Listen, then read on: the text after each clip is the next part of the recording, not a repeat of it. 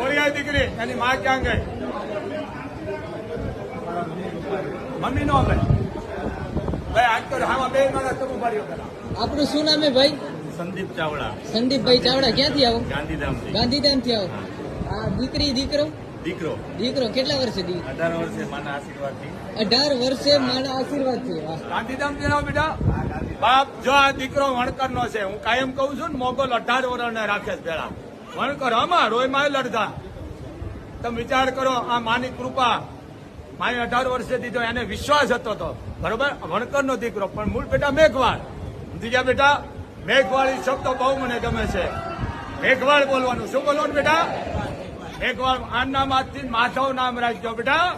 રોયમાં લડતા મારો બેટો મને ગાળું દીધું.